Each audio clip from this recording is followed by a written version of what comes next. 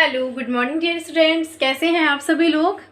I hope you all are fit and fine at your home. Okay, now let's start our study. ठीक है, in last class we read the topic classification of business activity. ठीक है, और हमने जो कल topic पढ़ा था वो फर्स्ट क्लासिफिकेशन जो था इसका इंडस्ट्री, वो वाला पोर्शन रीड किया था। अब जो है हम दूसरा पोर्शन रीड करेंगे, दैट्स नेम कॉमर्स। ठीक है, कॉमर्स क्या होता है? सबसे पहले कॉमर्स जो सेक्टर है इसको भी टू पार्ट्स में डिवाइड किया गया है, trade and auxiliary to trade. But इससे पहले हमें ये जानना जरूरी है कि कॉमर्स क्या होता है बच्चों। ठीक है, कॉमर्स जो वर्ड है ये बहुत ज़्यादा वाइडली यूज्ड टर्म है आज प्रेजेंट टाइम में। ठीक है, कॉमर्स के बिना गुड्स और सर्विसेज का ट्रांसफ़र पॉसिबल नहीं होता है। कॉमर्स एक ऐसा डिपार्टमेंट होता है जिसके द्वारा गुड्स और सर्विसेज का ट्रांसफ़र किया जाता है। किसको ट्रांसफ़र किया जाता है? प्रोड्यूसर्स जो प्रोडक्ट्स को प्रोड्यूस कर रहे हैं उनसे कहाँ ट्रांसफ़र किया जाता है? कस्टमर्स तक ट्रांसफ़र किया जाता है अपनी गुड्स और सर्विसेज को। ठीक है, कॉमर्स का जो मेन ऑब्जेक्टिव है वो क्या होता है कि जो प्रॉब्लम्स आ रही है गुड्स और सर्विसेज का ट्रांसफ़र करने में, उन प्रॉब्लम्स को हटाना ताकि ईजीली जो भी गुड्स और सर्विसेज है वो प्रोड्यूसर से कस्टमर तक प्रोवाइड की जा सके। ठीक है बच्चों, तो कॉमर्स जो वर्ड है इसमें जो भी प्रॉब्लम्स आती हैं, ठीक है, किसी भी गुड्स और सर्विसेज का ट्रांसफ़र करने में जो प्रॉब्लम्स आती हैं उन प्रॉब्लम्स को हटाया जाता है, रिमूव किया जाता है। ठीक है, ये प्रॉब्लम्स कौन कौन सी हो सकती है उनको हम इस टेबल से समझ सकते हैं। देखिए, फंक्शन कॉमर्स के फंक्शन क्या होते हैं?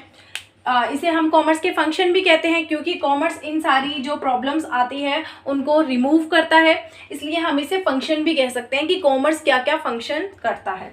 ठीक है, तो फर्स्ट क्या करता है कॉमर्स जो है डिपार्टमेंट, वो ट्रेड के द्वारा, ठीक है, ट्रेड के द्वारा पर्सन से रिलेटेड हिंड्रेंस जो होती है उनको रिमूव करता है। इट मीन्स गुड्स और सर्विसेज की किस व्यक्ति को ज़रूरत है, जैसे कोई पर्सन है उसे भूख लगी है तो उसे फूड की ज़रूरत है, तो कॉमर्स के द्वारा उसे फूड प्रोवाइड किया जाता है। कोई पर्सन जिसे बीमार है जो उसे मेडिसिन की ज़रूरत है तो उसको मेडिसिन प्रोवाइड कराता है। तो कॉमर्स यह देखता है कि किस पर्सन को किस चीज़ की ज़रूरत है। ठीक है, तो उस पर्सन तक, उस पर्टिकुलर पर्सन तक जो चीज़ें प्रोवाइड की जाती हैं, ठीक है, किसके द्वारा? ट्रेड के द्वारा, वो कॉमर्स का में आता है। यानी कॉमर्स उन प्रॉब्लम्स को हटाता है जो किसी पर्सन को कोई भी फैसिलिटी प्रोवाइड करने में प्रॉब्लम क्रिएट करती हैं, और वो देखता है कि जिस पर्सन को जिस चीज़ की ज़रूरत है उसको उसे टाइम पे प्रोवाइड किया जा सके। Second is place. ठीक है, प्लेस से संबंधित जो हिंड्रेंस होती है उसको भी कॉमर्स के द्वारा रिमूव किया जाता है। कैसे रिमूव किया जाता है? ट्रांसपोर्टेशन के द्वारा। इट मीन्स कॉमर्स जो है वो ट्रांसपोर्ट के द्वारा जो थिंग्स और गुड्स जिस पर्सन को चाहिए उस तक पहुंचाता है, और जिस जगह पर चाहिए उस जगह पर उस थिंग्स को, पर्टिकुलर थिंग्स को प्रोवाइड कराता है। ठीक है, और प्लेस से संबंधित जो हिंड्रेंस होती है उसको रिमूव करता है। थर्ड इज टाइम से रिलेटेड जो हिंड्रेंस होती है उसको कॉमर्स के द्वारा रिमूव किया जाता है। किसके द्वारा? वेयर हाउसिंग के द्वारा। इट मीन्स जैसे कोई सामान है मैंने बना लिया है लेकिन अभी उसकी डिमांड नहीं है मार्केट में, तो ये ज़रूरी है कि उसको मैं कहाँ स्टॉक करूँ? वेयर हाउसिंग में स्टॉक करूँ, स्टोरेज करूँ उसका। तो ये वेयर हाउसिंग की जो फैसिलिटी है ये मुझे कॉमर्स के द्वारा प्रोवाइड कराई जाती है।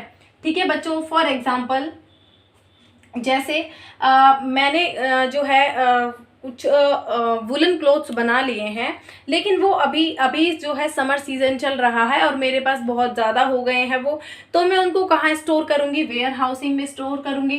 तो वेयर हाउसिंग से संबंधित जो भी हिंड्रेंस होती हैं उनको कॉमर्स रिमूव करता है। कॉमर्स जो है ये जिस समय पर जिस चीज़ की ज़रूरत है उस चीज़ को वहाँ पे अवेलेबल कराता है। Next is risk.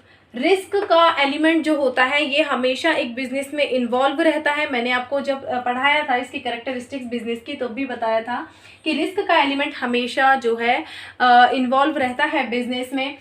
जैसे मेरा सामान जो है मैंने वेयर हाउस में स्टोर कर रखा है और कोई नहीं पता कि वो आग से नष्ट हो जाता है बाय चांस, तो फिर मेरी रिस्क को कवर कौन करेगा? तो इसके लिए कॉमर्स जो है इंश्योरेंस की फैसिलिटी अवेलेबल कराता है। ठीक है, जैसे मेरा सामान है वो कहीं रखा हुआ है और बाय चांस बारिश की वजह से या फिर किसी और वजह से वो गीला हो जाता है या फिर माल चोरी हो जाता है, ठीक है, या फिर कोई और कारण हो जाते हैं, कस्टमर के फैशन में चेंज आ जाता है, ठीक है, उनके टेस्ट में चेंज आ जाता है, तो मेरा जो भी गुड्स और सर्विसेज है वो ख़राब हो जाएंगी। तो इसको बचाने के लिए, इस रिस्क को कवर करने के लिए कॉमर्स जो डिपार्टमेंट है वो इंश्योरेंस की फैसिलिटी अपने जो है बिजनेसमैन्स को प्रोवाइड करता है। Next is finance. फाइनेंस की हिंड्रेंस जो होती है उसको बैंकिंग और फाइनेंस के द्वारा रिमूव किया जाता है।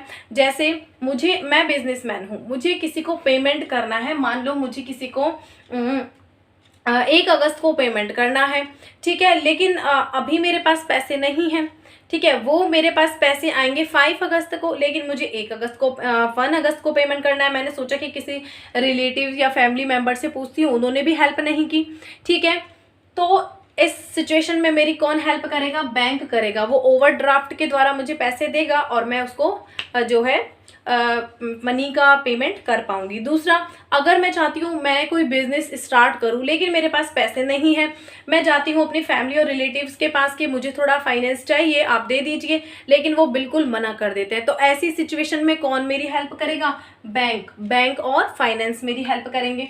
तो ये जो फाइनेंस से संबंधित जो हिंड्रेंस आती है उसे कौन रिमूव करता है? कॉमर्स रिमूव करता है। किसके द्वारा? बैंकिंग एंड फाइनेंस के थ्रू।